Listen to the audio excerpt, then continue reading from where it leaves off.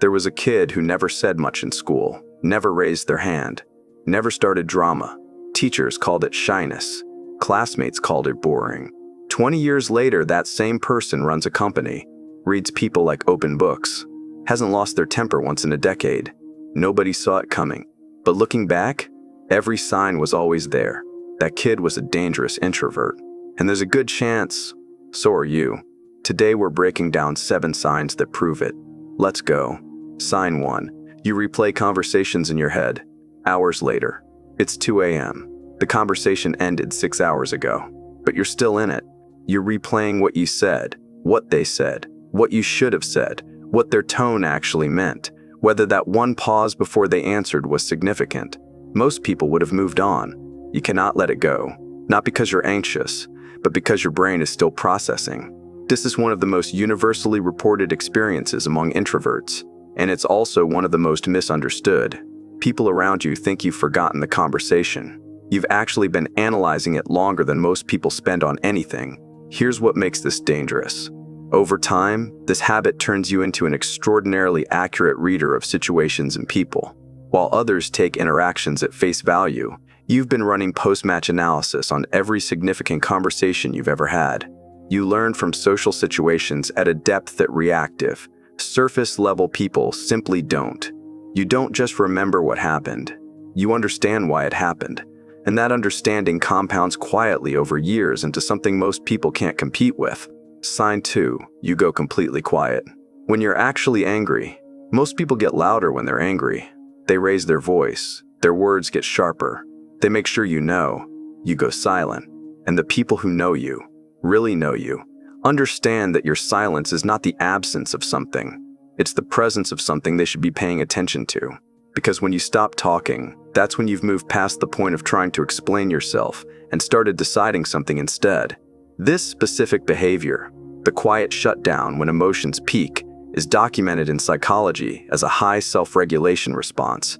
It means your prefrontal cortex is doing its job, overriding the impulse to react and giving your brain space to actually process. The average person doesn't have this. They react first and regret it later. You process first. And what comes after your silence is always more considered, more precise, and honestly more effective than anything said in the heat of the moment.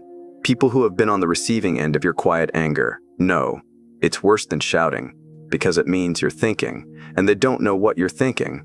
That uncertainty, that's power. Sign 3. You hate small talk, because your brain finds it physically draining. You're at a gathering. Someone starts talking about the weather, about traffic, about nothing, and you can feel something and you switch off, not out of rudeness, but out of genuine exhaustion at the effort it takes to care about this conversation. This is not social anxiety. This is not shyness. This is your brain operating at a processing depth that small talk simply cannot reach.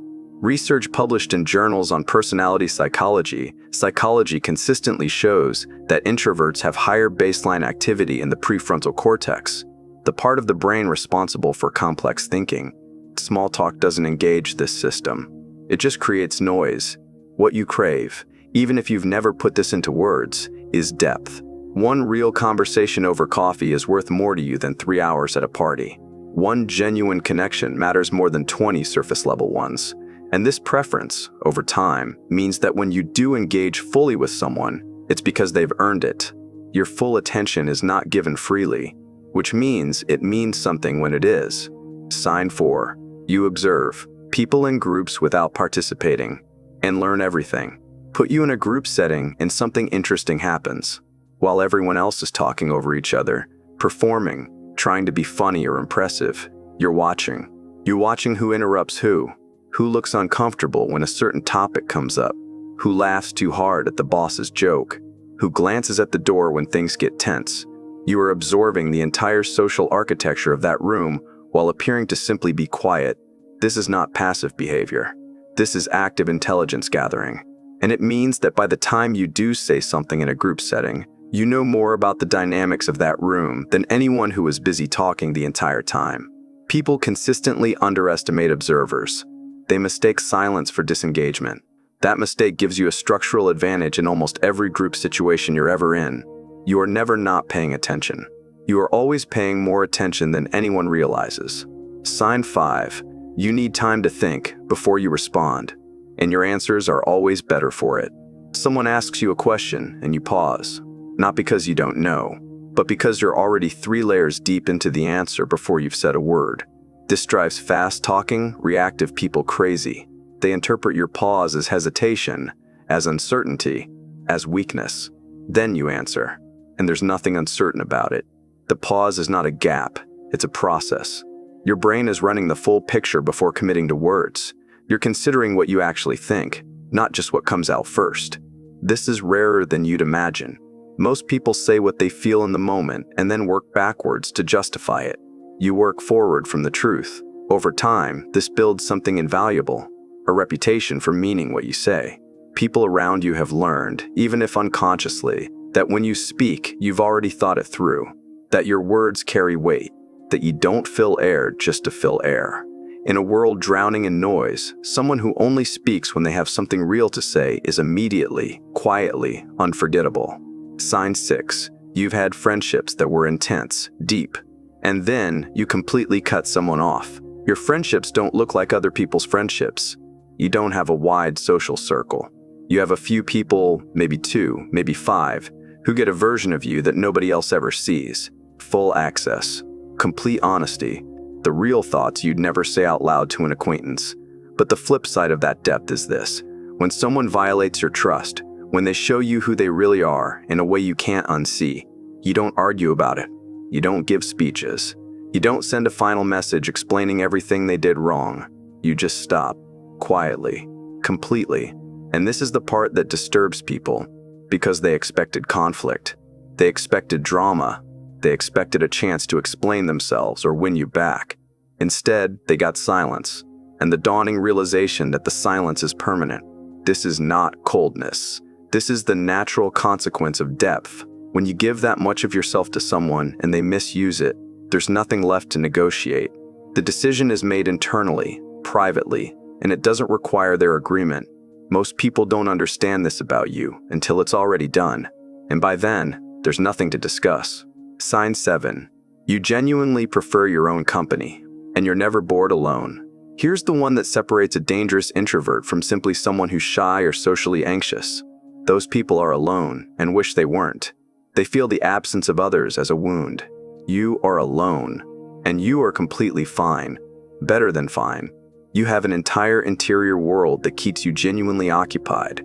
Your thoughts, your ideas, your observations from the week, the book you're reading, the problem you're turning over. Your own mind is interesting to you in a way that never runs out. This is psychologically significant because it means your emotional state is not dependent on external input. You don't need people to regulate how you feel. You don't need validation, stimulation, or company to feel okay. You generate that from the inside. And here's why this makes you dangerous. In the truest sense of the word, you cannot be manipulated by someone's absence. You cannot be controlled by social pressure. You cannot be moved by the threat of exclusion. The social levers that work on almost everyone else simply don't work on you. A person who is complete on their own cannot be held hostage by anyone else's approval. That is not a weakness. That is the entire game. Here's what I want you to take from this. Being a dangerous introvert isn't about being mysterious on purpose or performing some kind of quiet confidence. It's about what happens naturally when a person goes deep instead of wide, in their thinking, in their relationships, and in the way they experience the world. The world was built to reward loudness, but the people who actually move things, they're usually the ones you didn't hear coming. Which sign hit you hardest? Drop it in the comments. Number 1 through 7. I read every single one. And if you want to understand more about how introverts actually operate at a psychological level, the next video will take you even further. Stay in your lane, go deep, and let them keep thinking quiet means nothing.